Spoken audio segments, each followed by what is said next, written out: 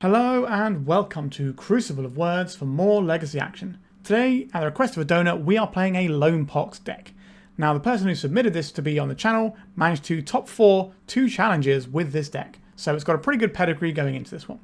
So we all know and love Loam Pox. Smallpox is a way of stripping out resources from the game, making people discard cards, sacrifice a creature and a land, and we're trying to break the parity of this by using things like Life from the Loam, Mox Diamond, so that we've got a thing that doesn't get sacrificed to it. Just any lands that go into the bin get recurred by Life from the Loam. Having things like Hogaak that we can bring back, that sort of jam. Now this particular list is a lot more Hogaak centric. It has 3 copies and it's got the 4 Once Upon a Time. So we're really digging for an early Hogaak to just apply the pressure, which seems like a good thing to do in a very combo centric meta. We've got some just generically good cards like Thoughtseize, Inquisition, Orcish Bowmasters, which is really good for casting the Hogaak. We've got a couple of Grist that can mill off some stuff as well as being a way of producing the tokens to make the Hogaak as well. We've got ourselves some Witherbloom Command, kind of acting like additional Life from the Loam with different text sometimes. We've got a modest as a Saga package with Pithing Needle, Nihil Spellbomb, and Lavaspur Boots, as well as obviously the Mox Diamonds. We've got ourselves Ghost Quarter, 4 Wastelands, 4 Urza Sagas, 2 Boseijus, 4 of my beloved Eumidian Hatchery, and 1 Surveil land, and that's pretty much it. We've seen stuff like this on my channel before because we love a bit of Pox here. The sideboard, we've got some Bloodchief's Thirst. This is a good way of being able to blow up things like Tamiyo, as well as little creatures that can be annoying. We've got May, Scornful Striker. This is a 2 mana 2/2 first striker, and whenever opponents casting non-creature spells, they lose 2 life. This is pretty good in a handful of matchups where they're trying to cast like a bunch of spells to hit a critical mass for Storm and stuff. We have Barrowgoyf, which is just, you know, a great way of ruining a red player's day. Force of Despair. If it's not your turn, you may exile a black card from your hand rather than pay the spell's mana cost. Destroy all creatures that entered this turn. This can be an interesting sweeper or a spot removal spell. We've got some Force of Vigor to blow up various scary artifacts and charms like Blood Moon can be a little bit annoying for us. We've got some Endurances, our main graveyard hate. This is also just really good against the tempo decks. We can just crunch them with this. And we've got Haywire Might, which we can fetch off of our Urza Saga when we need this effect. And that, lovely people, is what we're playing today. So remember to like and subscribe, become a member of the channel for $1 a month, and you can see my videos early, and it helps me out. And most importantly, enjoy. Let's get stuck in. If you've been watching my content and thinking, I'd like to play some Legacy too, then check out 3for1 Trading, one of Europe's leading Magic the Gathering retailers. They have weekly offers and upload new cards every Wednesday. And it's not just Legacy stuff they sell. They have a beautiful selection of vintage and old school cards too. Support from sponsors like 3for1 Trading make it possible for me to put out videos and help keep Legacy alive, so why not give them some love? Click their link in the description below and use my code COW3 to enjoy free worldwide shipping on your first order over €500. We are on the play for the very first round. Unfortunately, our hand has an issue. We don't know if we're going to be able to reliably cast any spells with this hand. I think I'm just going to send it back and just do the sensible thing. This hand doesn't really have an engine to get going. We can go and get a couple of fetches. That's 2 cards. This is 3 cards in the bin. This is 4 cards in the bin. So we're pretty close to Hogaak off of this hand. I think on that basis we can keep it. Although what are we chucking back here? I guess if we chuck back the Swamp, we can go and fetch it. I think I'm going to play this Mox Diamond now. So we have the ability to play a turn 1 Bowmasters, if that seems like a good thing to be doing. Otherwise we can get a Surveil land and start shredding towards Hogaak. An Ancient Tomb, just a Chalice, a Pithing Needle. I will crack this now. I think we're just going to get a Bayou. This could be like a Patchwork Stompy style deck that's going to play out a bunch of baubles here. Okay, they named Wasteland. And no follow-up.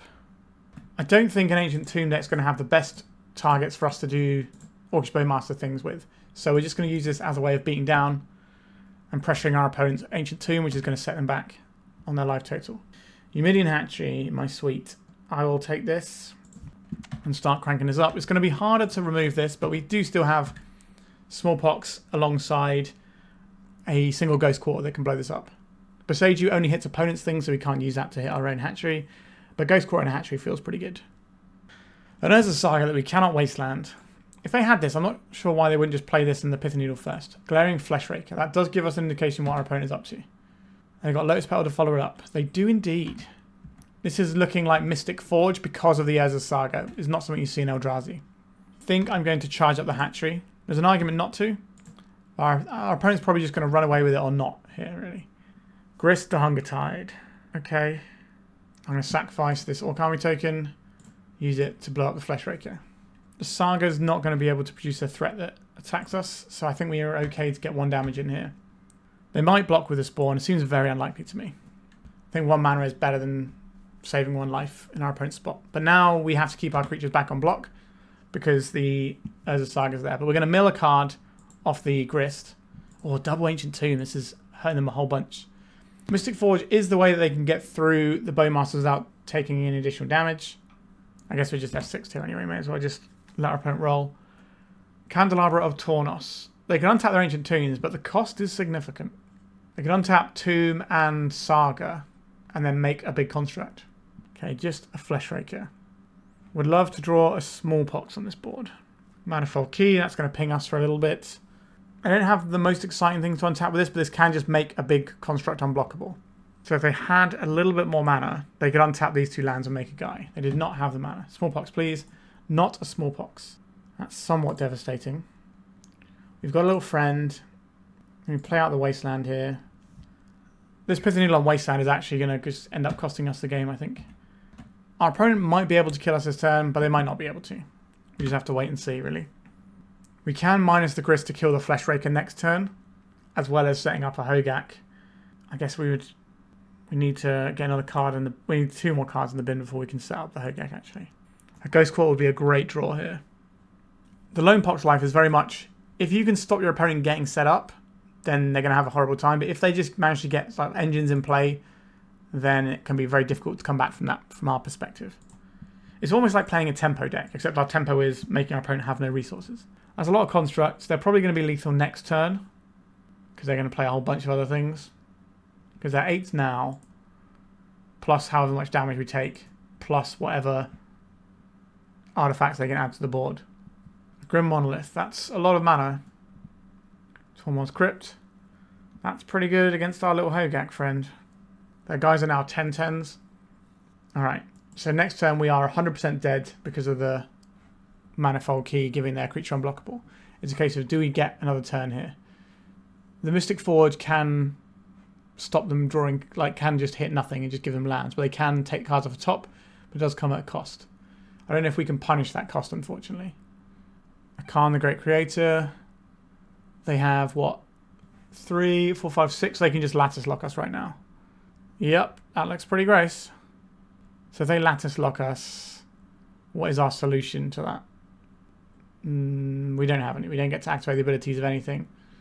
Yeah, the Pithing Needle on Wasteland was the thing that won our opponent this game. It's a good name. It really stopped us getting anything online. Okay, they've chosen the Lattice and they're going to cast the Lattice now. They've seen the line of stopping me from ever doing anything ever again. Good line. Okay, let's adjust. I would like some Force of Vigors, I guess. That seems reasonable. The May is pretty interesting here. Haywire Might can blow some stuff up. We don't need Endurances. Bloodchief's Thirst is expensive to kill a Glowing Fleshraker. That's 4 mana. That's a bit much. Force of Despair can kill Fleshraker and all the tokens it makes. That's okay as a removal spell. Let's see what we're taking out and then we can make a better decision. We definitely want to keep the Ghost Quarter and the Wastelands in this matchup. And the Boseiju look very good. Hand Disruption looks good. I'm not in love with the Inquisition though. So that's probably one that we can strip out. Because it doesn't hit any of their payoffs because they're all 4 mana. The only thing it really hits that we care about is the Fleshraker. Smallpox great. Bowmasters great. Nihil Spellbomb not necessary. Lavaspur Boots allows us to apply more pressure than our opponent's ready for, so I like having access to that. Grist is a removal spell, but if we were upgrading it, hard to say there. The Once Upon a Time, is that necessarily where we want to be here? We just want to wasteland our opponent a bunch. This can obviously dig for wastelands, but if we want to get these better spells in, we're going to need to make some cuts. Do we want these Grists?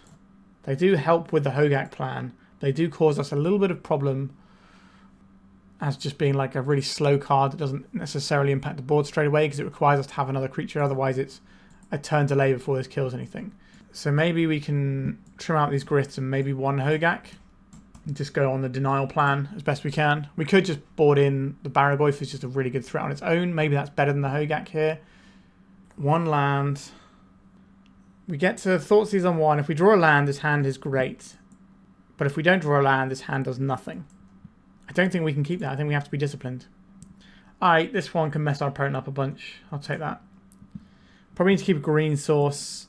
Maybe it's the Ghost Quarter that goes. Like, we're going to find another black source, but even if we don't, we still have access to a bunch of spells we can cast. Playing a Nexus. I'm going to be wastelanding this one. Smallpox would very much like to be able to leverage this soon. And no 4 mana on turn 2 for our opponent. They'd probably have a second Planar Nexus if they led off with that one. It's probably the one that matters least if it gets wastelanded. Urza's Tower. Okay, we'll play the Boseiju. We don't have access to the Smallpox just yet. I'd rather not have drawn double Force of Despair.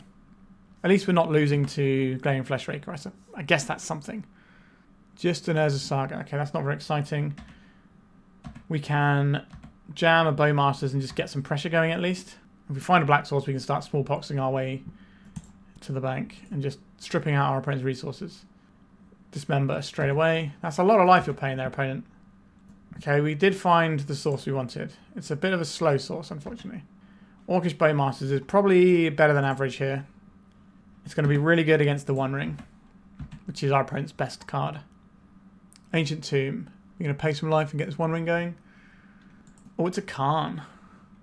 Yeah, Khan's pretty spooky. Are they minusing or are they plussing to keep it healthy? Okay, they're going to get an artifact. They get Liquid Metal Coating here. The Bowmasters answer this because we ping this down and then we attack it. Okay, here's the coating. So we have a pretty good line here. Ping this. Grow our Orc army. Finish off the Khan. And now it's sort of covered from the One Ring as well. They've got this useless Liquid Metal Coating in hand.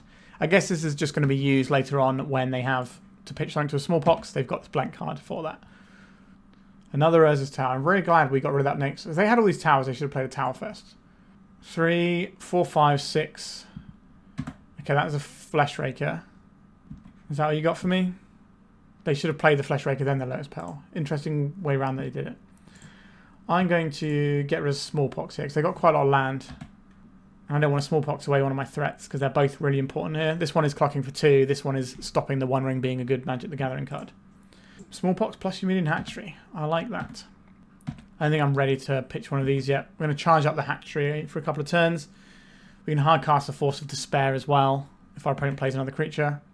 Workshop is not Metalcraft yet, but they can play the Liquid Metal Coating, which gives them Metalcraft because this can turn one of their other lands into an artifact. This is going to be, what, just 2 mana? It's going to be Monolith or something? Or they are just going to go play the... They could just play the Coating here. Okay, so they have a Tezzeret. This can wake up some artifacts in a bit, as well as just tutoring something good. So this might be a portable hole coming our way. They have a Lotus Pearl, so it is castable. It is the portable hole. Alright, they're going after the Orc Army token instead of the Bowmasters. So it's the size of the creature that is the problem for our opponent. Interesting. Alright, I'll put a counter on Hatchery. Just charge that up. We're not going to lose by small margins. We're going to get absolutely stomped or be okay. Let's go for a Once Upon a Time. I quite like this May here. Let's get this in. Do I want to attack the Tezzeret to make it harder to tutor for another answer? I think I do. Let it be known that our opponent is at not a multiple of 2 though, so the May is not necessarily going to do enough. Basically every spell in our opponent's deck outside Fleshraker is going to hurt them for 2. This is going to clock up real fast. And put a counter on the Tezzerets, that's fine. I really like this May card. Just a nice design. More symmetrical designs, please, Wizard of the Coasts. They're going for the Liquid Metal Coating. This is going to put them to 5. Is this so they can get something off the Tezzeret? They've got another portable hole, and they fetch it here and they cast it. They're going to go to 3, which is very close to dying to the Smallpox. The One Ring. They're going to go to 3. So this doesn't target. This is just they lose life. So it's not. It's also not damage, so the One Ring won't prevent it. So they're in a bit of a pickle, if you ask me. What is the text of this? Target opponent loses life. Doesn't help us here. These will both attack the Tezzeret. We could wasteland them here. So we'll mill ourselves, and I guess we blow up the Manifold Key. The one we care about here. We lose 2 life from this, but we get to get back a wasteland here. And we can wasteland their Urza's Workshop. This taps for the most mana here. Okay, if they draw cards, we kill them with the Bowmasters. If they play spells, we kill them with the May. If they play a creature, we force them to spare it. And the creature doesn't do anything until they get other stuff going. Urza Saga is not going to be online quick enough to stop them dying. Alright, they've had enough. And we go back to the sideboard again. The Force of Despair looks okay. I think it is probably a little better than Grist. Grist can do stuff after the fact, but how much time after the fact do we realistically have with our deck? Do we want access to Hogaak or Barrowgoyf? I think it's an either-or choice here. Hogaak doesn't care about us smallpoxing very much, whereas Barrowgoyf does. So Barrowgoyf hits incredibly hard and gains us life. Is the life gain that important? Not really. It digs us into Bowmasters in May. That's kind of important. No, I think we're just going to leave the Hogaaks in. The person who submitted this deck, they said that you generally want to be working towards Hogaak, but I think this is a matchup where things are a little bit weird. We need a green source or a black source. We can Eumidian Hatchery, tap it, Ghost Quarter it, go and get the green source, Witherbloom Command, get back our hatchery. I think this is okay. Also, Ghost Quarter is a strip mine in this matchup. Having 2 strip mines isn't a bad place to be. We're going to see a turn 1 Glaring Fleshraker here. Grim Monolith. They not have a land. They're just purely on artifacts here. That is a scary one to have against a deck that can have Collect Roof. But our opponent does get to pretty much dump their whole hand here, because they get to play the Monolith, play the Tezzeret, untap the Monolith, play something else. A Voltaic Key. Okay, so now they can play the One Ring. If they play the One Ring here, we are in so much trouble. We can't even Wasteland to keep them off mana, because that's not where their mana is coming from. Pithing Needle, this is going to name Wasteland. So at least it's not the One Ring. Tezzeret is their plan this game. It's got to be the Wasteland. A Mox Diamond is one of our best draws here. What is that last card in hand, opponent? Nothing. Or maybe nothing, we don't know. Force of Vigor. That is a banger, isn't it? I think we're going to get the hatchery up and running. Then our opponent's upkeep, we're going to blow up the Monolith and the Wasteland, I think, here. Sorry, the Pithing Needle on Wasteland. I think that makes the most sense.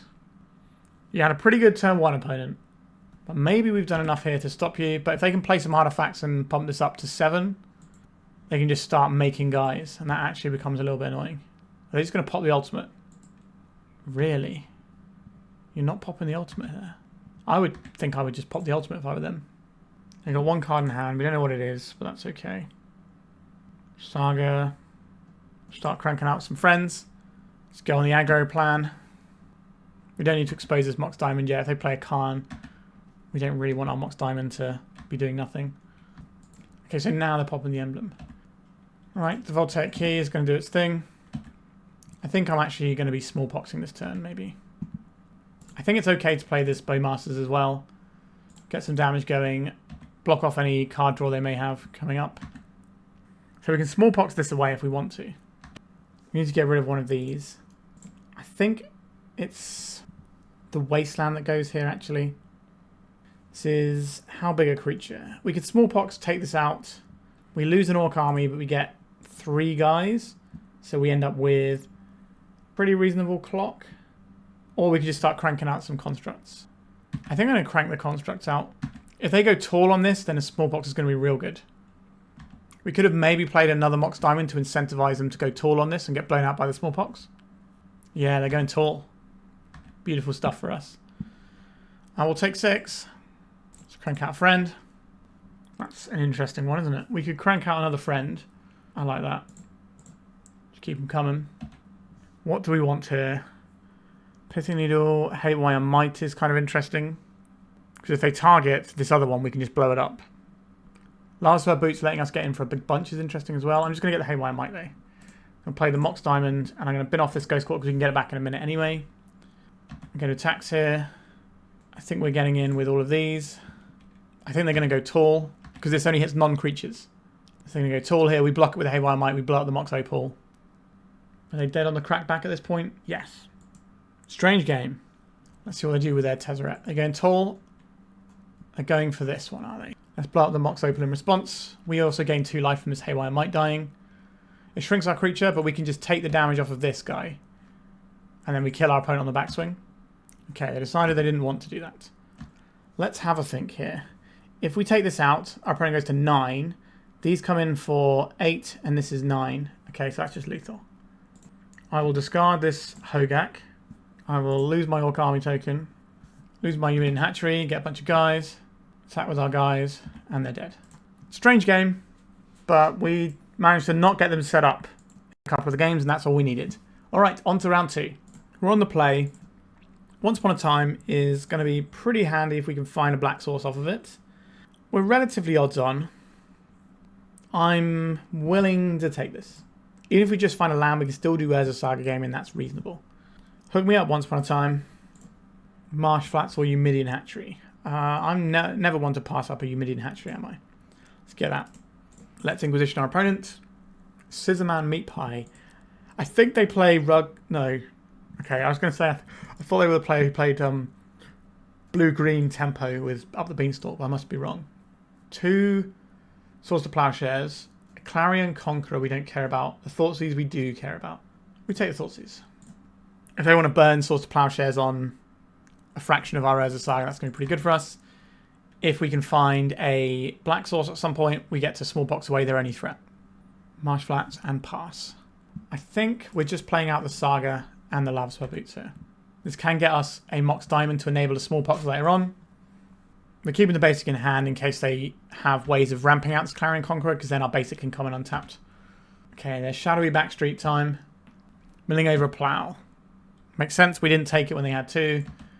We're playing a thing that doesn't really care about Plow. Like, obviously Plow interacts with this, but it's not a very good exchange for our opponent. There's the Plains. I'm going to make a Eumidian Hatchery token here. Or make a counter on our Eumidian Hatchery. A Thoughtseize. I think we're just going to play our Smallpox. Sorry, play our Forest, not a Smallpox. We'll play that later. And we're just going to grind our Urza Saga value. If they burn a bunch of Swords to Plowshares on that, then it frees up our Hogaak later on. The Witherbloom Command can get back the Urza Saga and keep that train rolling as well. And Orcish Bowmasters. You got it. That's not great on this board. Our creature is big enough to block this. We have Witherbloom Command, which can kill a Bowmaster and get us back something. Here is the Clarion Conqueror. They can't really attack here, unless they really want to push damage for some reason. Orcish Bowmasters of our very own. I don't hate that. I think we're just going to grind some value here, though. What do we want? We can name Pithing Needle. We could play Pithing Needle and name this Bloodstained Mire that we know our opponent has. That might be our best bet, weirdly. Alright. And we can crack in with our Construct token. I'm more than willing to trade this for Clarion Conqueror plus either of their creatures. They can plow this and attack if they want to on their next turn. But we can just start Witherbloom commanding. Maybe we find another black source which enables our Smallpox. We can also Orcish Bowmasters to take out their Bowmasters. And they got a Thoughtseize over there? No. It's a Barrowgoyf. Yeah, I'd rather not have to deal with a Barrowgoyf if I'm being honest. That is a spooky one. Just the Conqueror coming in. You got it. Okay, so we found a land. We'll come in tapped though. We know they've got these Swords to Plowshares, which makes blocking the Barrowgoyf somewhat more challenging. Because we hit the land drop, we're not going to do Witherbloom Command this turn. We get 1 spell. So this is, sorry, this doesn't stop your lands coming in tap. This just stops the activate abilities of a bunch of things. I'm thinking Archon of Amira is the one that stops the stuff coming in. I don't think we want to Thoughtseize here. We couldn't have equipped the Lavaspur Boots because of the Conqueror. This is going to be about resources, not trying to cheese our opponent's life total here. Voice of Victory. We need to respond. Let's get an Orcish Bowmasters in the mix. Let's kill their Orcish Bowmaster. This does give us a chomp blocker as well. We are out of spells that we can play. That Barrowgoyf is so big. I'm looking forward to throwing this Orcish army under the bus. They could plow this to force us to block with a construct. That'd be quite aggressive. Okay, I think we're looking at getting the Surveil land here. I like to always getting precariously low, if I'm being honest. As a Saga, it's not the most useful right now. Once upon a time, not really the time for that. Okay, so the plan here is we're going to get back a land, we're going to kill a creature. So we're going to mill, and we're going to kill this little guy. Then we can get back. I don't really want another Eumidian Hatchery here, do I? Do I? No, I don't think I do. Let's get back the Catacombs here. And then we can play this. We fetch for a black source. I guess a Bayou is as good as any at this point. And then we cast a Smallpox. I think we discard the Thoughtseize. Our life total was a bit too low to be messing around with that one. We get a lot of bugs. So we can keep these at bay for a while. They get to lose 1 of 3 actually good creatures. We have enough bugs that we can block the Clarion Conqueror. What are we sacrificing is the question. I don't think our opponent's drawing additional cards. So I think it's the Bowmaster that goes here. Okay, they're ploughing the Bowmasters. That's kind of heads up. Okay, I'm going to discard this Thoughtseize. Just going to lose one of our guys. So we're left with a 3-3. That's still big enough to block Voice of Victory, though. We lose the Hatchery. Okay, Voice of Victory is gone. Because we have the 3-3, makes a lot of sense. We get a bunch of little guys. How big is this? 6-7. I'm sure that keeps all the kids happy. It's pretty large. We're going to have to just put insects into it until we can grind it through with our Smallpoxes. We don't really have point and click removal outside of Grist. But that's usually going to be enough. A Voice of Victory. So I have just a plough left in hand now. So these come in. We get a blocks. 1 blocks here. 5 block here. So we get to clean this off the board. We don't take any damage this turn. We only lose 3 of these bugs. So we're still on for drawing Grist and blowing this out. We've got a 3-3. They can deal with this. We can now start equipping our Lavaspur Boots. This is a good exchange for us. Not a great exchange, but I'll take it. We've got a couple more turns of chump block in here. Eumidian Hatchery. You aren't really what I'm after right now. Would I like to get access to another Urza Saga? I think I would. So we're going to drain life for 2 because life is going to be relatively important, I imagine. We're going to mill ourselves as well. Target opponent, green and black here. We grind in. I would like an Urza Saga, please. I'd like to play this Urza Saga. And I think we want to get this Hogaak in. We know they've got a source to plowshares is the problem. So if we get the Hogaak in, it's really awkward. So maybe we don't get the Hogaak in. We have to cast this on our turn because of our opponent's Voice of Victory. So we'll just do this now. I guess I'll just take a Bayou because it's a land doesn't hurt us. We're not getting this Hogaak back. Next time we grind a construct. If they let this source of plowshares go at any point, then maybe we're okay. Ooh, the Voice of Victory coming in. That's interesting. Because we have the 3-3 on blocks. They know we have got Hogaak over here, so are they really going to want to put... I guess if they plough this, then we don't get Hogaak until we get another black creature. But I think I'm happy to take that. We're taking 2, cleaning off another bit of material that our opponent has access to. Our opponent goes up to 1 billion life. We're in it for a long time, not a good time. Another Barrowgoyf. Yeah, you've got a Barrowgoyf. Rather you didn't. But what are we to do? A Wasteland. We can take our opponent off of black. That stops additional problems in the future. So this is no Barrowgoyf in the future. Is there any point having a 2-1 guy, or is it better to put this on the construct? It's better to put on the construct. We're a couple of Smallpoxes away from winning this one. Believe it or not. Let's make a friend. Block here. How many different types we've got in our graveyard? We've got creature, land, sorcery, instant, enchantment, sorcery, land, instant, creature, enchantment, artifact 6. Okay, so we're doing a lot of the lifting there for our opponent. We could double block here and force the plow out, but then we lose our other construct as well, so we don't get to chump block for the next turn. I don't think we can afford to do that. I think we just have to continue to chump. Our opponent's now up to 40 life. Our Bowmasters could be interesting. Buys us a bit of time. Marsh Flats, they have access to their black again. All they have in hand is a plow that's been dangling over our head this entire time. Alright, we'll make a construct. I like the Spellbomb here. I'll get this Eumidian Hatchery going. How much do they have in their graveyard? I don't really want to get rid of my Hogaak, but maybe we have to. So they got sorcery, land, instant, creature. So they have 4 types. So if we sacrifice this, they will trade.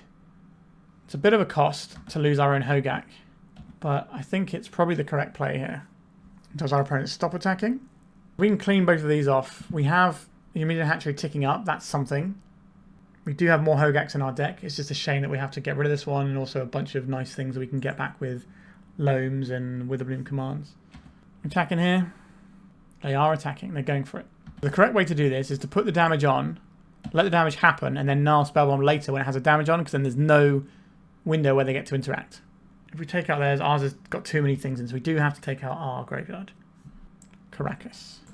Target ourselves. Charge us up. And the Barrowgoyf die to state-based effects. That is a good turn for us. We've got Once Upon a Time, so we can dig a little bit. Our opponent's got a lot of life, though. I like having it as a Saga. Let's get that going. Let's Once Upon a Time here. Boseiju or Hogaak. I guess we take the Hogaak, because it is a threat that can do some stuff at some point. and we'll work towards it. It's still got a plough in hand, but we get to start making constructs that bash immediately next turn. Maybe forces their hand on a plough, which gains us enough life to tick up his hatchery a bit more. And if the plough goes away, then all of a sudden the Hogaak gets to come out to play. May Scornful Striker. Sure. I didn't tick up the hatchery. I think it's correct not to, given the state of the game. Let's make a friend. Let's equip a friend. We're not attacking in. We're not trying to get little bits of damage in. We're trying to have enough resources that our opponent just eventually loses. Cool game, though. Right, you're ploughing my construct token. Okay. I'll play my Ghost Quarter out. So this is an answer to Hogaak. It's also our way of dealing with the Karakas. They can use Karakas to bounce their creature. But we're going to take 2 damage this turn. Do I tick up the hatchery? We've got an Urza Saga construct coming. I'm a little reluctant to tick this up. I don't think we do. So this is a creature when we cast it, so it won't take any damage, which is quite fun. A Mox Diamond. That is better than this land for the purposes of what we've got going on right now. Green, black. Am I taking damage or am I leaving out the Ghost Quarter? I think I take the damage here. And leave out the Ghost Quarter so I can make instant armies if we need to. We don't take life because it's a creature. I will create a friend. The first strike our opponent has on this means there's no point equipping this to here. I think I'm going to leave out the Ghost Quarter in case we need emergency blockers. This is a really intricate and fun game, this one. How many cards we got left in our library? 25. That is not an irrelevant number. 1, 2, 3, 4 cards in graveyard. So we can try and bring a Hogaak back soon. Clarion Conqueror. Okay. That's super bad. This doesn't have reach. Has many keywords, but reach is not one of them. We're going to have to hatch a new plan. Swamp. And we hold the swamp in hand. So we have to Ghost Quarter our own Eumidian Hatchery. That is the line here, isn't it? We do have 3 bodies to put in front of the Conqueror, so we might be able to kill it. Our opponent's got 2 cards in hand now, though. Barrowgoyf, could you stop with the Barrowgoyfs? The reluctancy here makes me think they are worried about losing their Conqueror to our guys. Seems like that's the way. Smallpox is very quickly becoming uncastable if we start cranking up more tokens on the hatchery. Right, they're coming in. Do the thing that we have to do.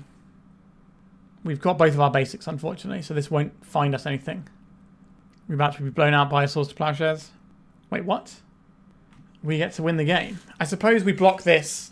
This turns on our Grist. Our Grist kills the Barrowgoyf, and then we're okay. Ish.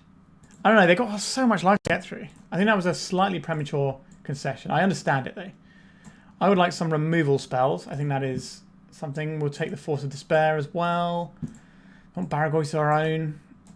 The best way to beat a Barrowgoyf is with a Barrowgoyf of your own. Is that true? Maybe. Nihil Spellbomb was okay and relevant there. It's not huge in the matchup though, so I'm not sure if this is actually what we're playing towards. Just removing their guys is a better plan for us. We didn't see anything that maybe we want to Pithing Needle. They had like the Karakas, but we're going to Wasteland that anyway, so I think we get rid of the Pithing Needle here. Smallpox looks good. The Once Upon a Time is fine, but we need to make some cuts somewhere, don't we? How useful is Witherbloom Command here? We can kill Bowmasters, that's good. Drain life sometimes is useful. Getting back lands is useful. Yeah, I don't really think we want to get rid of these things as our core engine. The Grist is good. Hogaak, less good against the Karakas deck, so maybe I'm going to board down on one of our Hogaaks. This is 61. Maybe we trim 1 Mox Diamond, just in case they're boarding in stuff to deal with artifacts. We could trim some Thoughtseizes as well. They're not that exciting here. Maybe we trim the Thoughtseizes for endurance. Okay, we don't get a chance to do that. I think the Thoughtseizes for endurances is actually an interesting line. Be still my beating heart. How can I refuse the Smallpox double Eumidian Hatchery hand? Also just have some nice removal. Scrubland, Ocelot Pride. You are going to get thirsted away. Don't want any of that. Want our Eumidian Hatchery to do a lot of work when it pops as well. A Voice of Victory. I think I'm okay to just Smallpox this turn. What are we discarding is the question. Is it Wasteland? Maybe it's a Witherbloom Command. The Witherbloom Command gets back the Wasteland.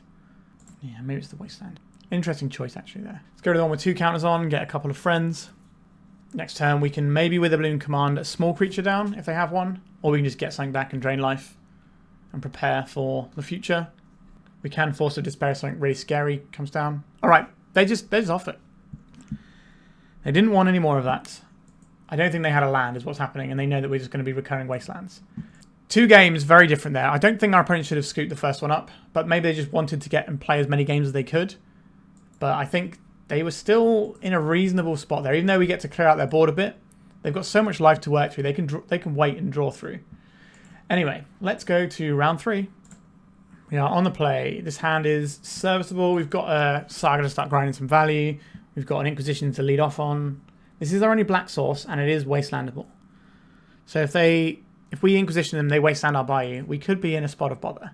So we might try not to take a 1-drop that our opponent has to incentivize them to play it instead of wastelanding us if they have a wasteland. Also, 1-drop we can clean up with the Bowmasters will feel pretty good too. Although it might be a 1-drop that we can't clean up with the Bowmasters like Tamio. But we're just going to Bayou and Inquisition and see what happens. Okay, their hand only does one thing, and we're going to take that one thing. Very nice. Mox Opal. Did they draw anything of note? Doesn't look like it. Jam our Saga. And then we have a Bowmaster. We're not going to preemptively play it because we want our opponent to maybe like Thought Cast or Thought Monitor or crack a Bauble, and then we can get them for a little bit of extra damage on get them on the hook for that and just get the beatdown going. Try and tax this Ancient Tomb. We might be wastelanding soon because of Kappa Cannoneer. Patches. Okay. Not an easy thing to Orcish Bowmaster down. We're still going to play our Bowmaster here though. And we're going to attack with the Orc Army. If they block with the patches, we get to kill... Well, we get to kill it with either, I suppose. Then we have to make some decisions. I think I'm going to grind Saga value and try and get bigger than this patches. We could have played out the Bayou, actually, rather than the Forest, because our opponent's not going to mess with our mana base. The thing I'm scared about is Kappa Cannoneer. If our opponent draws a card, we can pay, and our trigger goes on the stack. Okay, so they're not doing this. They're not drawing cards straight away. So they've got a guy. It's a 3/4. It's pretty big. Do I give up the Saga value to cleanly kill this patches? I think I do. It does feel a bit awkward throwing Bowmasters like this, but a lot of these patchwork decks don't have the card advantage anymore anyway. Or they've got Sink into Super in hand. If they bounce our Bowmasters, it's not the end of the world. We still get to Bowmasters again. Yeah, that goes a little bit awkward for us, but they took 2 life off of their thing. We get to make our guy bigger if we want to. What is this Saga doing? You can get Lavaspur Boots. Do I want to make a construct here? If we make a construct and then just start doing more Saga stuff, I think we should have just been making constructs this whole time. Maybe that was just a mistake. We get the booties. Alternatively, we get the Mox Diamond, actually. Yeah, we get the Mox Diamond. We've been off the Bayou. Get to play this Saga. We can attack with this, and if they want to trade their Memory Guardian for this, I'm okay with that. If they don't block, we ping them for a bit more damage. I think our last time we should have just made a Saga token. Just outscale the patches. Right, we ping them for 1 and hit them for 4. That's going to put them down to 11. Sorry, to 11. Next turn we get another construct. So we end up with 2 3/3s.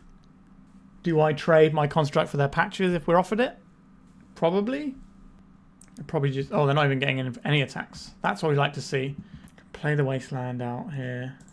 I'm a little reluctant to get rid of our Orc Army because of how decently sized it is. Opponent's got 1 card in hand. What would they not cast? A counter spell. I'm just going to grind some Saga value here.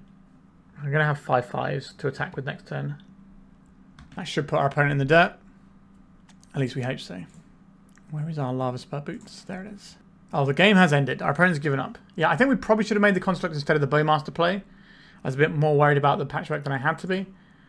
But it all ended up fine. Haywire Might, yes. Force of Vigor, yes. Force of Despair kills, like, their hexproof guys, so I like that a lot. The May is useful here. The Bloodchief's Thirst is quite expensive to kill Emery and quite expensive to kill patches, so I'm not down for that one. We'll kill the Nihil Spellbomb, but I don't think we're boarding in the Endurances. So we have 9 cards that I'm interested in here. That's a lot of cards. So we got the May, we got Barrowgoyf. I'm not big into the Thoughtseizes and stuff here. They're going to deploy their hand quite quickly. Pithing Needle on Emery is useful for sure. Probably going to be trimming some Once Upon a Time. This guy's big, so I quite like that. This guy's quite expensive to get removing anything, so maybe Grist isn't really the way forward. Bowmasters looks great. Smallpox is great or terrible. Kind of no in between. Maybe just trim once upon a time, because our Witherbloom commands do a lot of work here. I'm relatively happy with this one. Bowmaster good. Barrowgoyf can be bigger. We'll keep this on the draw, so the chances of us finding another land are relatively high. I think we're 25 lander deck. Don't have like a super banger turn. Are they going to play a Kappa Cannoneer on turn 1? Or is this just like a really bad patches? Chalice for 1. That doesn't actually impact our current hand at all. It's not actually very good against what we're doing at all, to be honest. So I'll certainly take that. A Ghost Quarter. Okay, we just passed the turn. Next turn we can Bowmaster if they have any baubles going off.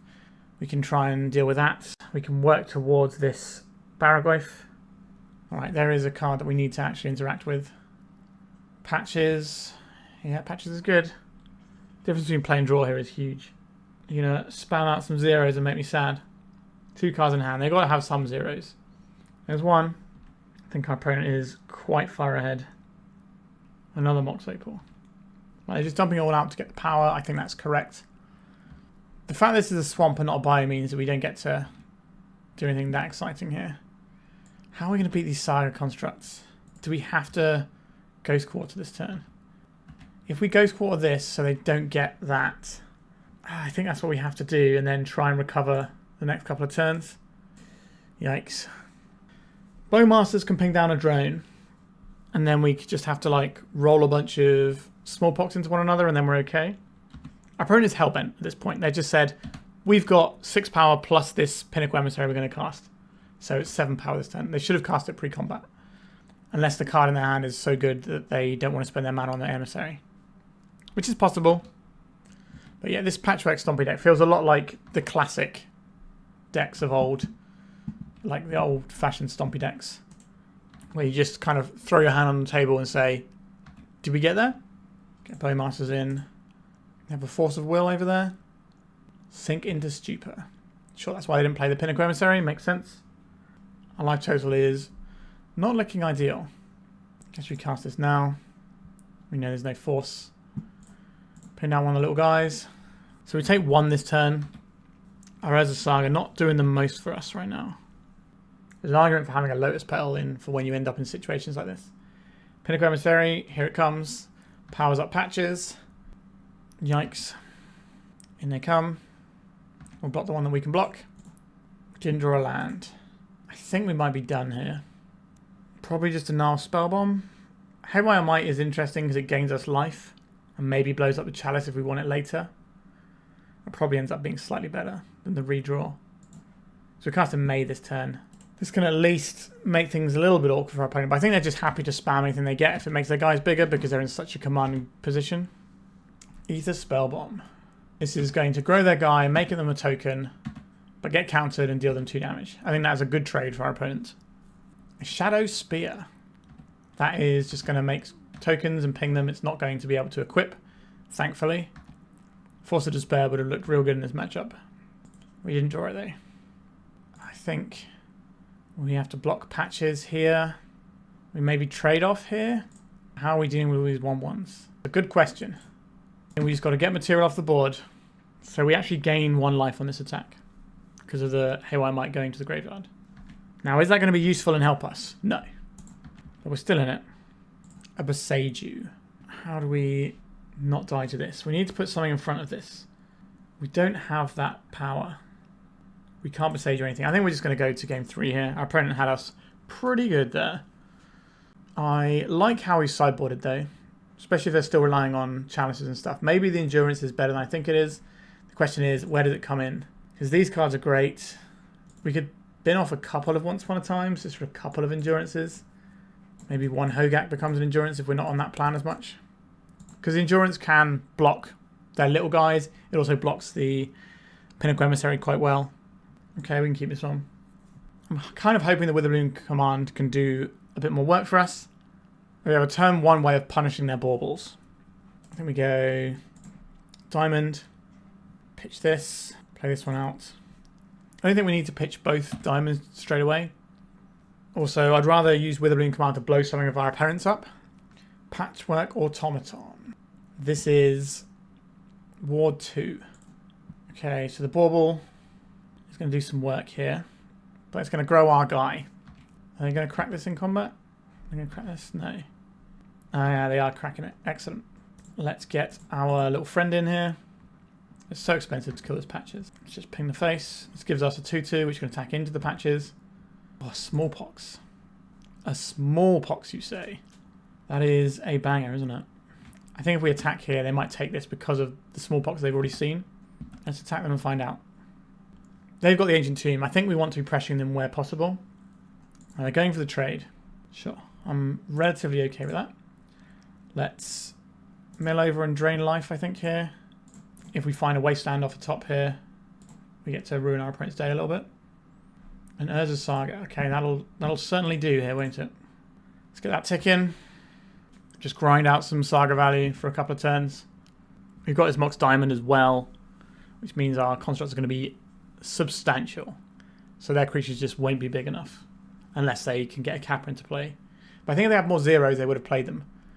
Single blue mana. Pinnacle Emissary. Oh, they might have been holding back for a big turn. So their turn 2 was going to be like real good. Haywire Might.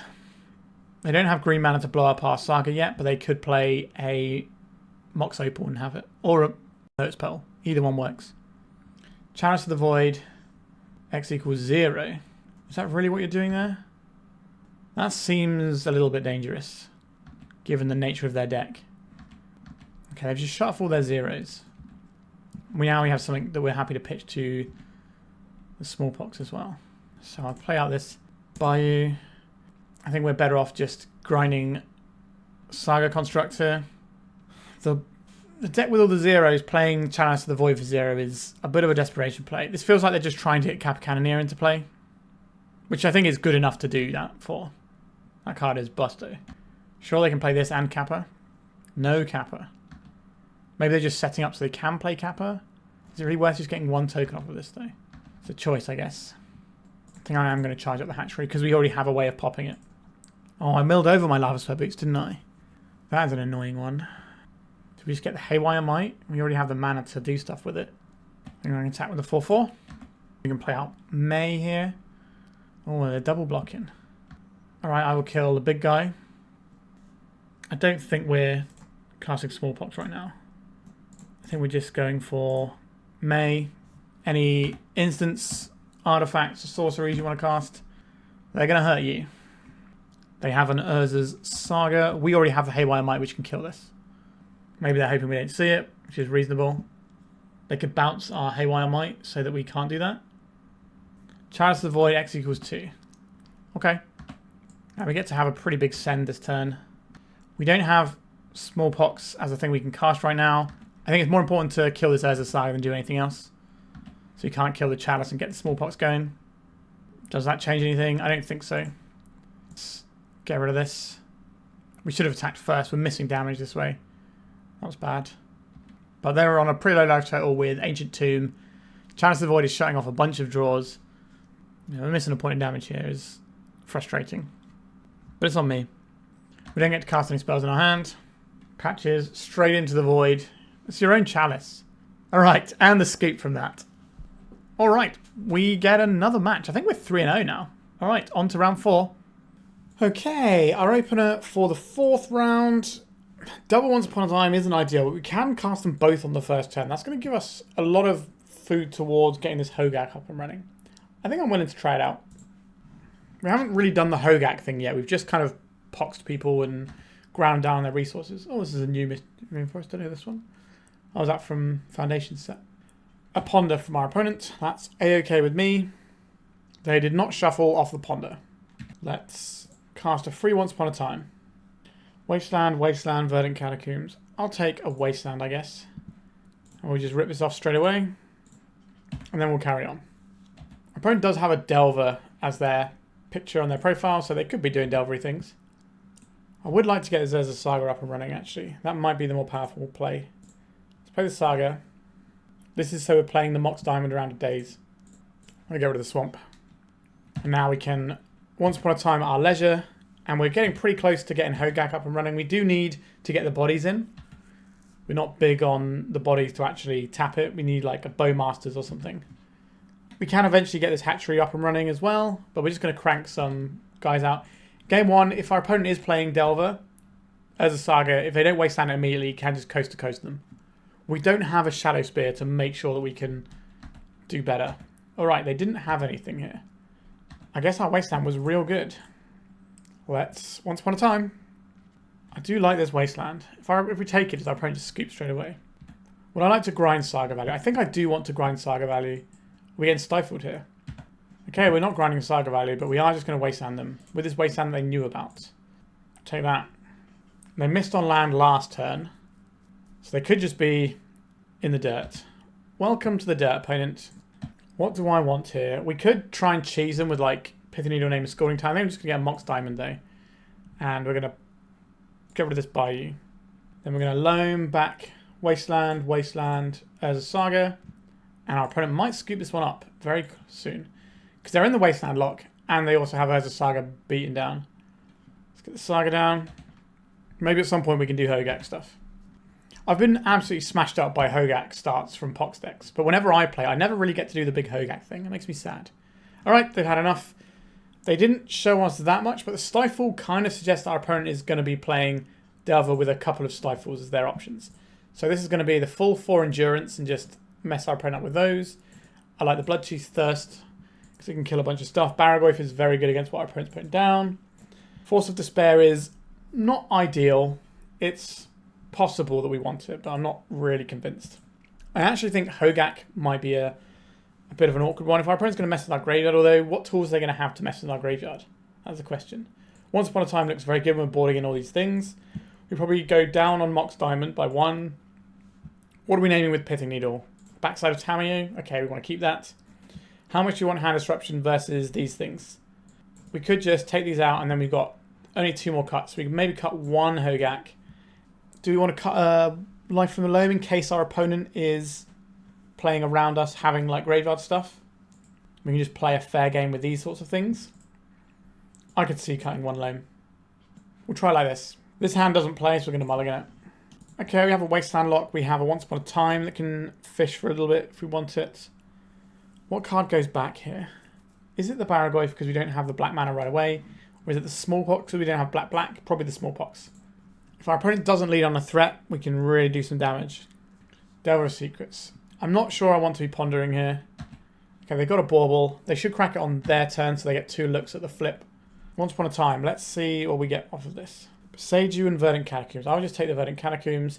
Do I want to just try and cheese my opponent with this Wasteland?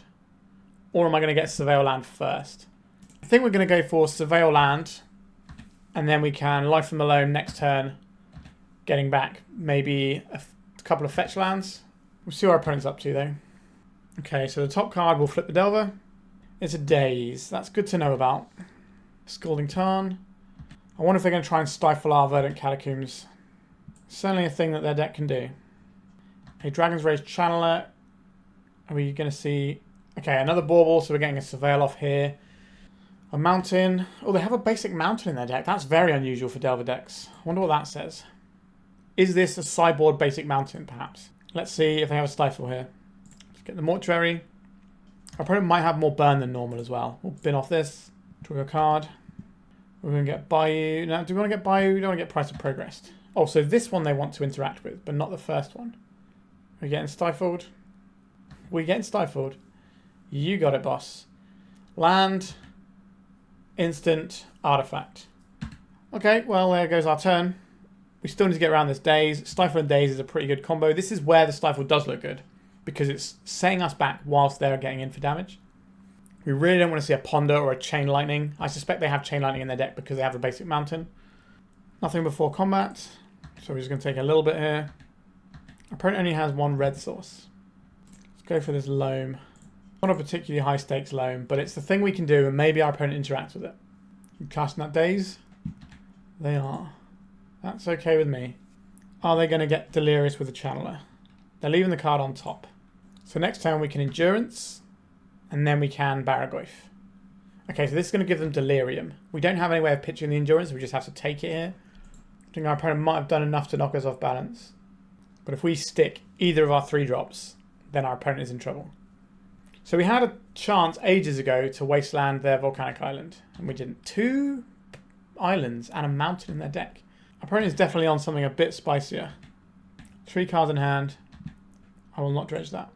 No, we're just dead here, right? We go to 3, this kills us.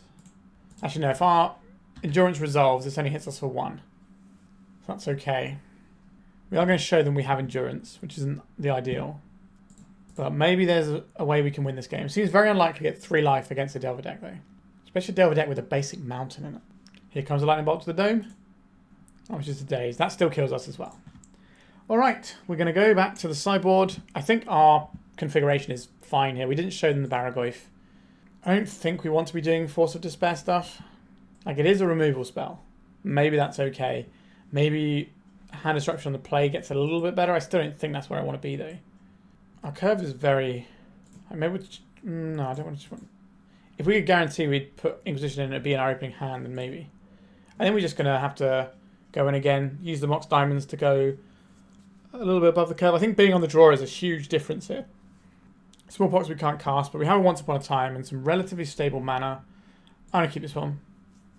Witherbloom Command on the play might be able to actually kill something of our opponents. Let's take a look. What is our free little card going to be? A Bowmasters or a Barrowgoyf. They're both pretty good. I think we're going to go for the card that we can actually cast, though. I'm going to play out this Marsh Flats. I'm going to crack it for a Swamp now to play around Stifle. There's a strong possibility the first thing we play gets dazed. Bauble, so they're really angling to flip this one. Bowmasters does actually play around slightly more stuff because they might have Force of Negation in because they might be really worried about Smallpox. Just get in the Bowmasters. I'm not expecting this to resolve. I think we're going to get dazed. Oh, we get a Force for our trouble. That's excellent news. Okay. If the Delver doesn't flip, we can Witherbloom Command it. And then get back our land and keep producing land drops. A Bloodchief's Thirst gives us the option of Life from Loaming and then casting a removal spell if we draw it. If we just draw a black source, we could just lose whatever the black source is to get a Smallpox off. And really hamper our opponent's overall resource game. Ooh, they missed on the Delver. And they showed us another Delver. Other Delver is good, but if we can kill a creature with this Witherbloom Command, I'm going to feel real happy about it. They didn't have a daze last time. And they didn't have a daze on top because they would have baubled to find it. They would have put it on top and flipped the Delver. That's what they had. Here is the other Delver.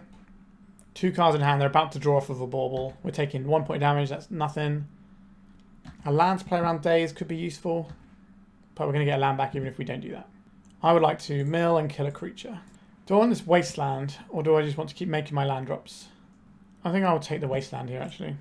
Take them off of their only red source. They've shown us they got more basics, which means they're going to be more Wastelandable in terms of take them off of colours. Obviously we can't Wasteland their basics, but we can stop them from having... Right, so there's a forcible here. We can stop them from having dual lands. Okay, so they have the mana here that we can't really interfere with. Sure, I'll get back to Loam. I'll cast this Loam on the 3 lands we have. They could Force of Will this for tempo, but then we're still getting a 2 for 1. If I could have a Hymn to Turret with Dredge, I would certainly play it. Do you want the tempo hit here? They decided no. That is interesting. I'm going to play out this Hatchery so we can start cranking up with the Smallpox. Because this is going to give us the ability to add another counter. Then when we Smallpox, we get to go. I don't want to see another creature here. Murktide is very difficult to cast with a mountain. Although Murktide's not going to be that big anyway. You got any plays? No. Let's just Eumidian Hatchery and pass. We don't need to dredge that this turn. Endurance isn't bad. I'll play this out in case there's any soft permission that we have to be playing around here. Let's get our Smallpox in. We get 2 tokens, which immediately lets us cast a Hogaak as well, which is pretty good. Okay, so they are just going to 2-4 on them. That's fine. Do I want to Life from Loam right now? I think I would rather get a Surveil land in. We've got a Smallpox for next turn. We will take 3 damage, which is a little concerning. A Wasteland. They're going after the Hatchery now, so we can trade these 2 bodies into the Insectile Aberration if we wish. Or we can use them to play the Hogaak. If they're burning our face, this feels like they have a burn spell, doesn't it? I'm going to take the 3. And then convoke out my Hogaak. Do you have a Stifle? Turns out no. Do I want that right now? Yeah, I'll take that right now. We could have milled it over and got it back later, but I like this spot that we find ourselves in. Get rid of all the stuff that doesn't matter here. Could have left in the fetch land if we wanted to, and taken the Smallpox instead. How do you feel about Hogaak? It's big. Force of Will. Okay. I will play out this Urza Saga. We're playing around day, so I'm going to try and nab this Insectile Aberration in combat. Ponder. Okay. I don't really want to Smallpox that much, but I might be down for it. We'll see how the next couple of turns go. So we get Endurance into Hogaak is what we're doing this turn, which is a lot of beef. They didn't shuffle off the Ponder, so it must have been pretty good. Let's have an Endurance. No to your... Okay. Unholy Heat. That will kill this, right? Because they have Delirium. Okay. This is going to put us to 3, which is a pretty precarious life total. Maybe we just get Delved out. We could Smallpox here. Just lose a guy and take the... Yeah, I think that's a good play. Let's make a Hogaak. Then I'm going to cast this Smallpox. I'm going to discard this Life from the Loam. Sacrifice one of these guys. Get rid of this dual land. I would rather they sacrifice the mountain than the island, to be honest. I don't want them just to have Burn Spell to the face. They know what the top card of their library is here. Because they kept with the Ponder before. Kept a red source. That kind of sucks for us.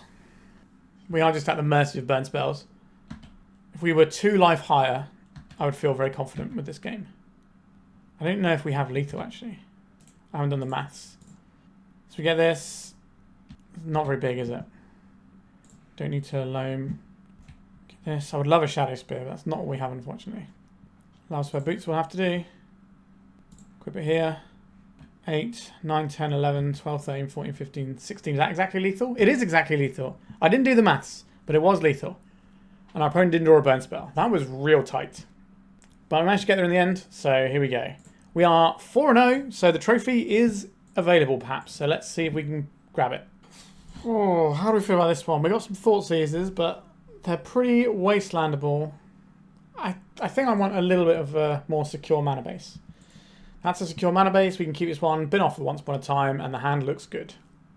Casting Smallpox has not always been the easiest thing for our deck, must be said.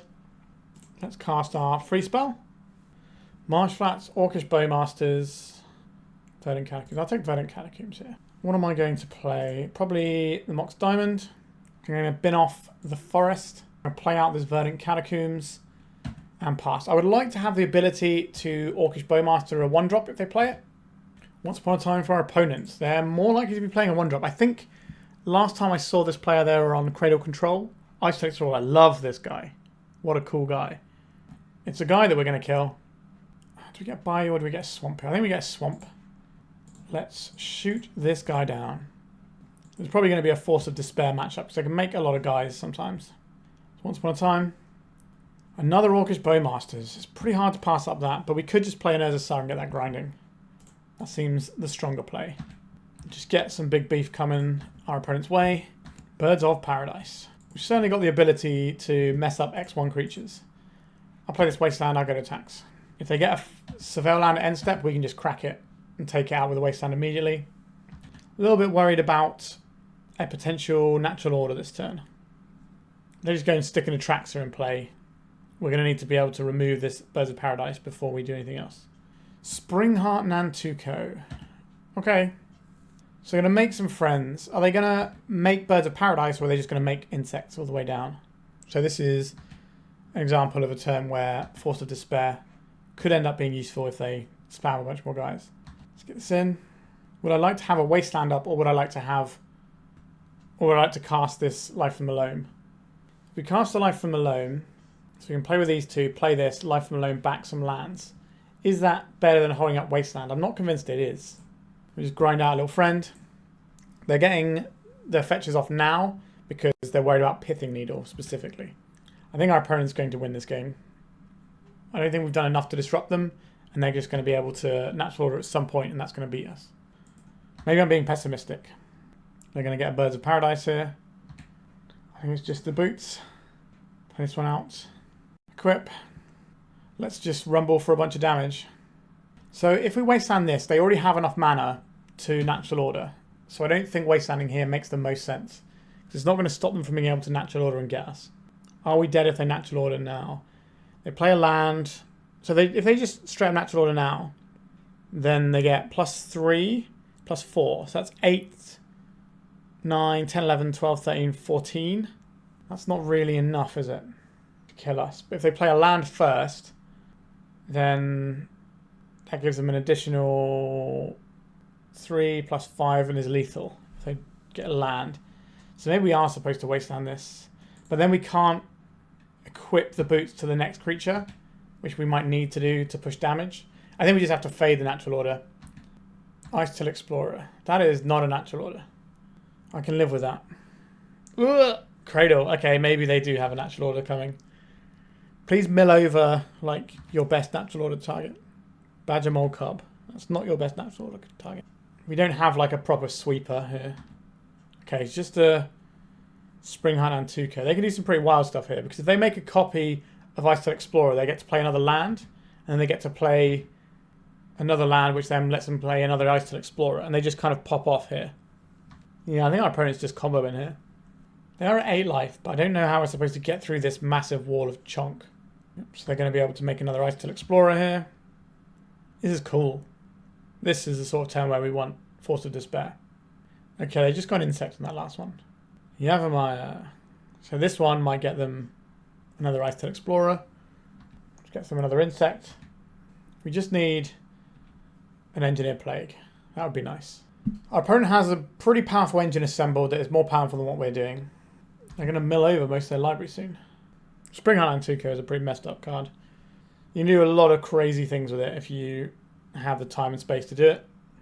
How are we beating this? I'm curious to see how impressive the board looks at the end of this turn. And they're milling a lot of cards, so maybe we get a little insight of some of the technology they're running. We can work out if they're running Wastelands or not.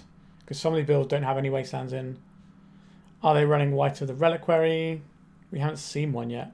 You'd have to imagine one's in there. If we Wasteland the Growler's Cradle, they can replay it. That's obviously pretty scary. You're going to poke him for a bit of damage here? Next turn, they get to basically play the whole deck. Because this Cradle taps for pretty much infinite mana. What could we possibly draw? We're not running Perish. That would be great about now. Yeah, we could skip that one up. Okay, we need to stop our opponent having a big scary engine before it pops off. Let's have some removal spells. Let's have some more removal spells. This can exile an Nantuko thingamajig. It's not nothing. Barrowgoyf is pretty good if we get into like a fair plan. I'm not sure I want to be the Hogaak deck versus the 4x endurance deck. Pithing Needle is going to have a bunch of targets. The Nihil Spellbomb is relevant, so we'll keep that in. Lavaspur Boots is going to have targets. The Hand Disruption is probably some of the less exciting stuff. They do have Natural Order somewhere in their deck, which does put a little bit of fear into me. Is that how we're fighting them, though? Just having a little Thoughtseize action early on. Like, all these other cards just seem so good. We're just going to play a rock style deck and just answer their guys as best we can and beat them down.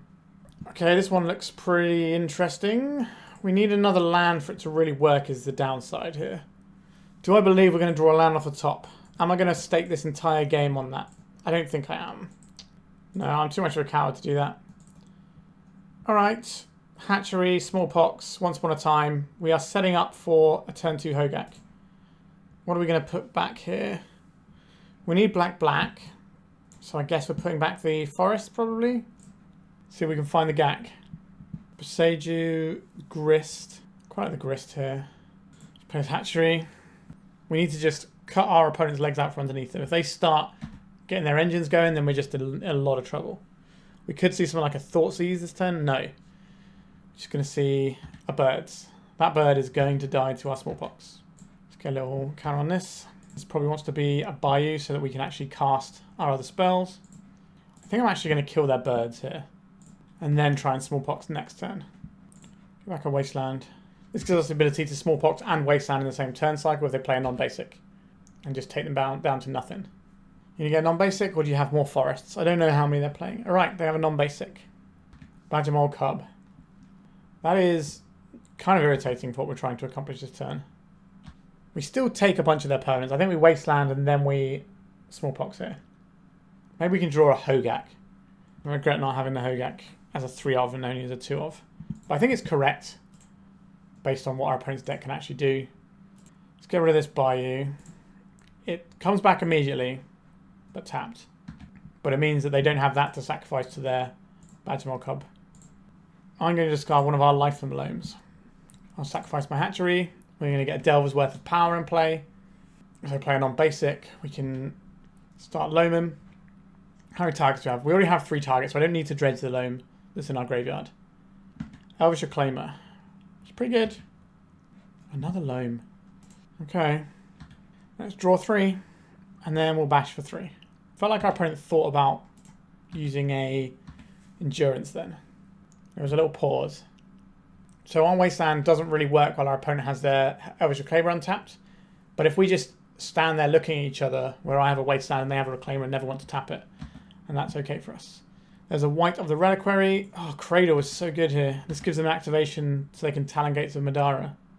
We're not going to dredge this. Mox Diamond. Does that change anything here? I think it does, actually. Let's go for this Mox. And we pitch the Marsh Flats. And then we play the Wasteland. And we can Wasteland this Cradle. Our opponent can then turn it into something, but then we get a chance to actually kill one of their guys with our Grist. I'm just going to get another Cradle, I would assume. Have a Jukabog. Yeah, that's fine. Attack with all our creatures. And I think the Grist killing the White of the Reliquary is essential here. We could have attacked with less stuff and tried to preserve our creature in combat. That might have been a little bit tighter. But if they're attacking with this and not activating it, that's not the worst for us either. If we'd attacked with just one guy, that might have been better. Not necessarily happy with how that panned out for us, but that's on me. Because now I turn this sideways to take the Grist out. Thespian stage, have you got Dark Depths in there as well? They're copying our Saga. And then they're attacking with a Reclaimer and killing our Grist. We could have avoided this. I think we're on the Lavaspur Boots jamming in. Or we could go get Pithing Needle and name Urza Saga. Is the other option here. If we name the Urza Saga, they're just going to turn it into something else anyway. If we get the Lavaspur Boots, we can just crack for a big chunk of damage. Yeah, I think I'm cracking for damage here. Because our opponent's going to get their engines up and running at some point. But we're hitting our opponent for half their life total. So messing around with Urza Saga tokens isn't going to be very good. And we can also ping down a Saga token if they play one. This is going to be a tricky matchup on the draw, I think. Okay, so we have a Dark Depths. It's pretty good. If we got the Pithing Needle, we could have stopped that. Is our opponent still dead, though? If they've got Sejiri Step, they can attack with their Marrowlage. Please attack with your Reclaimer. Do it. Attack with the Reclaimer. Then we can ping our opponent to 4, give our Bowmaster haste, and then we're still 1 shy, actually, aren't we? Get back the Saga. Play the Saga, and we can watch Bowmasters. Attacking here doesn't seem the best. But if our opponent's got the ability to phase out, they can't phase out both of our blockers. They have Sejiri Step to push through. That's something they could have. Right, they might have just given us a window here to win the game. A Ranger.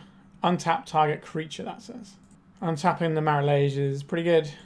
Our opponent has 2 blockers. They block here and here. They take 1, 2, 3, 4, 5. Have I mathsed correctly? Have I mathsed correctly here? So, we play out the Bowmasters, they go to 4. We equip the Bowmasters. It's a 2-power guy. So they have 2 big guys that they block here. And then they take 1, 2, 3, 4. So that's exactly lethal. If our opponent has nothing. They have Reclaimer, they can phase something out. We could take the safer line of Hatchery, make them sack one of their 2 guys, and a land. And then try and kill them on the following turn. Because they've got tricks here, right? They can go and get Dryad Arbor.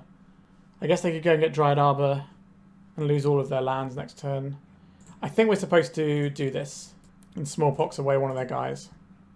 Because they could just block 2 things, go and get like Talon Gates or Echoing Deeps to copy Talon Gates, phase out one of our guys, and all of a sudden we're in trouble.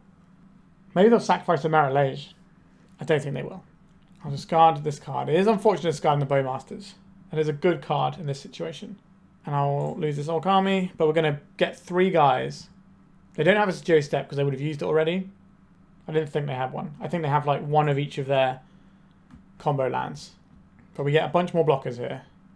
So if we equip over here, we attack with 4 creatures. They block this one. They take 2, 3, 4 damage. And we still have 2 blockers back. Fatal Push does stop us from killing them, but they might not be able to kill us. Crop Rotation. What is happening now? Okay, so they're not dead here, but neither are we. This has been a great game here. So this has to go under the bus of the big guy. Our opponent's at 2. We have 2 blockers for their ugly Marit Lage token. Why have you done this to us, Magic Online? We are not going to make a mistake with attacking, with how we click our blockers. I respect our opponent for trying to game it.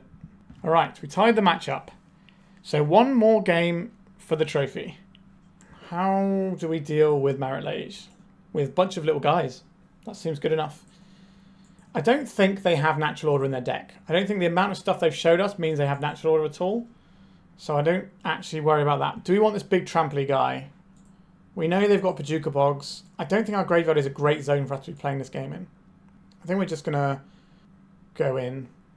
We could Endurance just to wipe their things and just have a nice attacker. Maybe that's better than doing some amount of life from a Loam.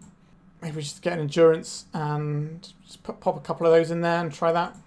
It's a case of, does our removal and ways of grinding their resources down come into play enough before our opponent sets their engine up? Because once they get going, they just end up with too many things for us to deal with. This hand doesn't play any spells, so we're going to send this one back. Smallpoxes we can't cast. Not like this deck. What are we looking for with this Mortuary? I guess we can do an emergency Ghost Quarter, but it's not. I think we're going to mulligan. I think we have more powerful starts. I think this looks like a more powerful start. So we want the Hatchery. We want the Loam. That recovers where we're at right now. Get rid of the Bayou. I would like to keep this Once Upon a Time. I think we get rid of the Grist. I think the upside we can get off of Once Upon a Time is relatively high. But the Multi-5 is not what we want for our final game of the evening. Once Upon a Time for our opponent. Mox Diamond would be an interesting draw here. Not a Mox Diamond. Let's have a look with our Once Upon a Time. Endurance, Ghost Quarter, Bowmasters. I'm going to take a Bowmasters. And we're just going to keep Bowmastering until morale improves. There's that Verdant Catacombs we know about. Birds of Paradise, sure. Sylvan Safekeeper. That's pretty good against the Bowmaster plan. They still have to sacrifice lands though. Crack this so that when we do our Loam in a bit, it gets better for us. And we just get a Bayou. Ping down. They're going to sacrifice a land whatever we ping, I think, here. Ping the Safekeeper. We won't get a token if they sacrifice a land. But if they're sacrificing a land, we're at least taking something out and we're left with a body that can trade with all of their X1s. Although that's not really true when they have the Ignoble Hierarch there. We'll worry about that later. Next turn we get to Wasteland and Orcish Bowmasters, and that's going to be some real pressure on our opponent's resources. And then hopefully after that we can Loam Wasteland, and then that will be good.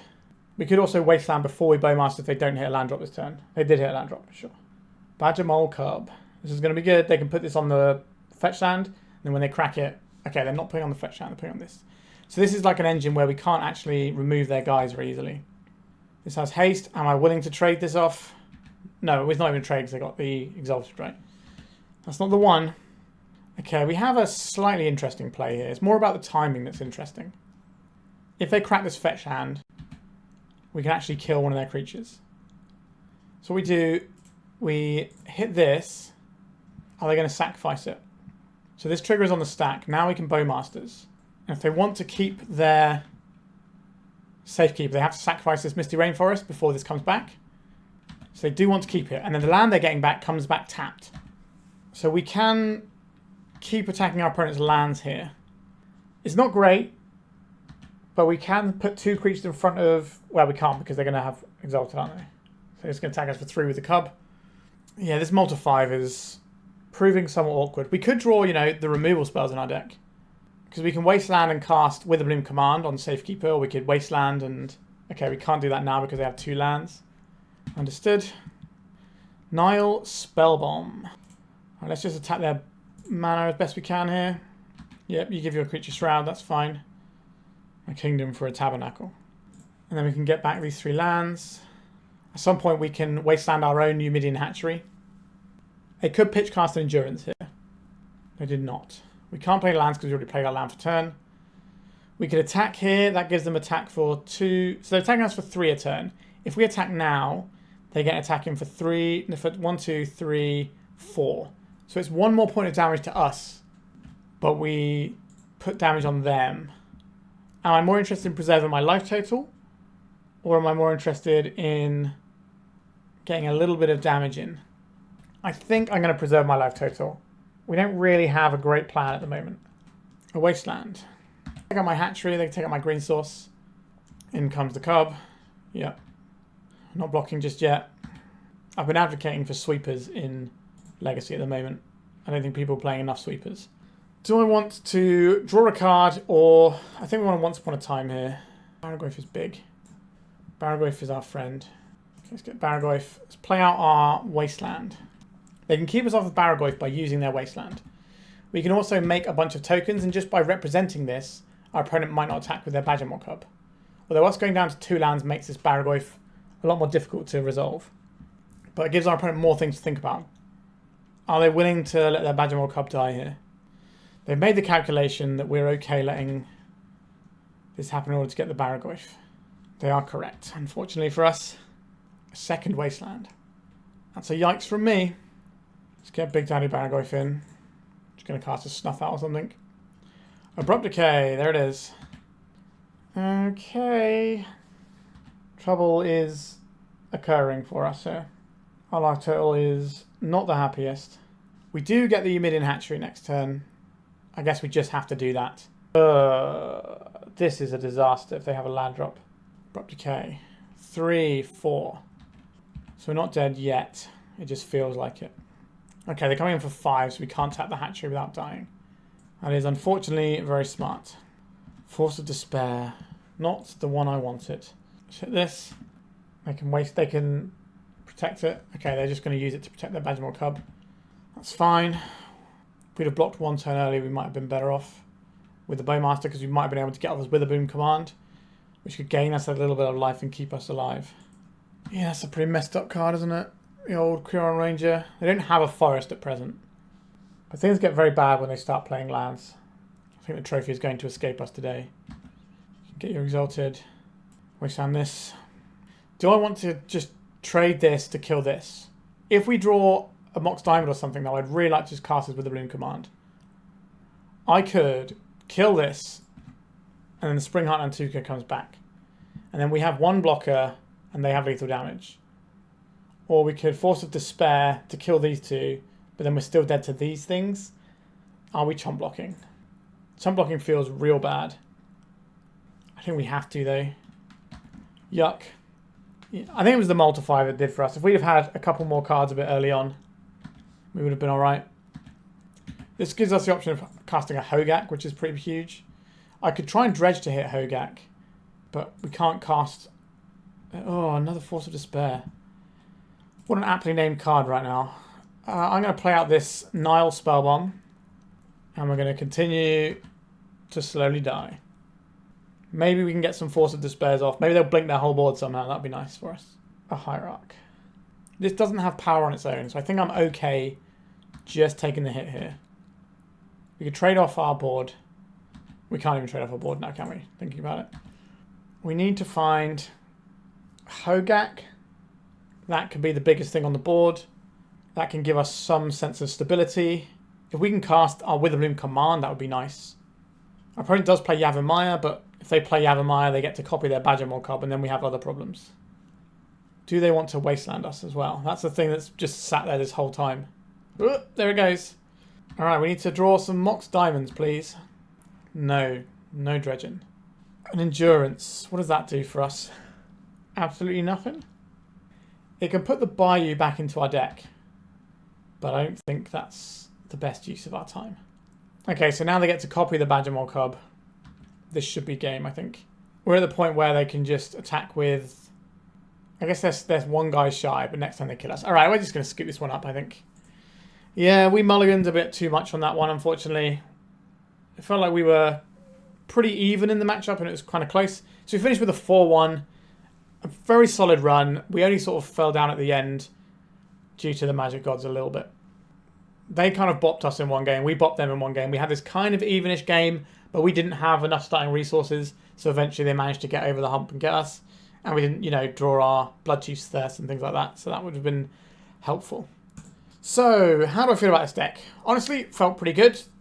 I never did the Hogaak thing, really. I think, did we play Hogaak once or twice? I think we did win a game because of Hogaak, but generally speaking, that's not how the game's played out. And I know the person who played this deck and submitted it to me said that it was quite a Hogaak-focused Pox deck. But it just kind of shows there's different levers you can pull with this list, and it's pretty solid at doing a variety of different jobs. We definitely could have tightened up our play in certain places. Sometimes I was a bit torn between, am I making constructs here? Am I casting another spell? And I think we may have made the wrong decision a couple of times there. A Shadow Spear in this list, obviously, you know, we lost at 1 life there. But a Shadow Spear might be interesting here because getting through a bunch of little guys is tough. I do think we need an actual sweeper in this deck, though. Because this deck can really struggle against something that can pump out a lot of little guys. Sure, we can try and Hogaak over the top, but we don't always have access to Hogaak. And, you know, Karakas exists and can jam us up, and there's a whole bunch of different things that can get in the way. I would like a sweeper of some description in here, especially since the Energy Shell is really popular and successful right now, and the Cradle Control deck is really successful right now. Those are two of the best fair decks in the format at the moment. So I think having an actual sweeper instead of Force of Despair is probably better. Now, there's definitely things that Force of Despair can hit, but I think I would prefer just to have access to like a Toxic Deluge style cards. Wouldn't hurt.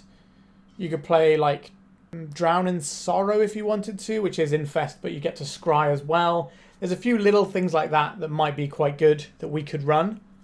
And I've been advising people to maybe think about putting a sweeper into like Izzet Delver decks now because of how popular like Cradle Control and the Energy Shell are. So having like a little red like Rough and Tumble style effect might be really useful. So I think having something similar here would also help because we can kill a little creature here, we can kill a little creature here, we can kill a creature here, kill a creature here. But if they've got a bunch of stuff that is like 2/2s or whatever, this removal doesn't work, this removal doesn't work, this removal doesn't work, and we're just on the Grist and then what we bought in. So I think having a sweeper makes our Edict effects better. So I wouldn't mind having that. But generally speaking, I'd be more than happy to play this. Again, like the deck feels very solid. I think there's only like minor tweaks that I would do. I think Loam Pox is a very good deck. It's certainly dropped off a little bit over the last couple of weeks in terms of its stats, but it's still a solid part of the meta that you have to respect. And who doesn't love Eumidian Hatchery?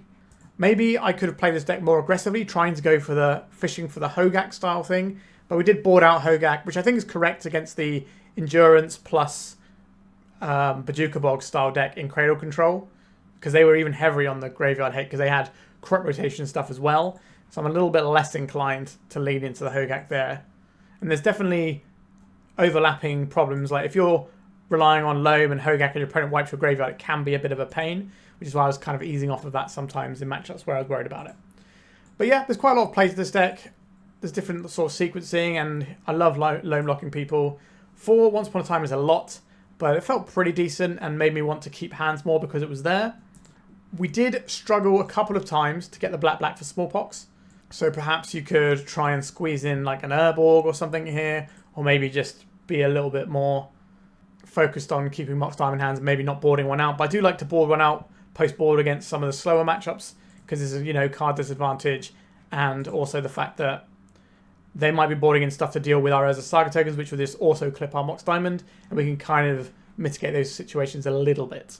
But yeah, deck is really solid. I enjoyed playing this one. Thank you very much to the donor who submitted this one. We're always a big fan of jamming some Pox on this channel.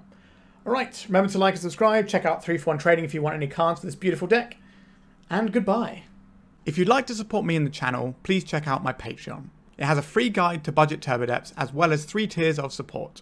A low cost one that enters you into my monthly raffle for a free donation deck on the channel. A mid-tier subscription that gives you access to my detailed turbo depths guide that is updated every month as well as regular articles. And lastly, the higher tier gives you all of the above, as well as a monthly donation deck for my channel. If you're interested in supporting the channel this way, please check out the link in the description.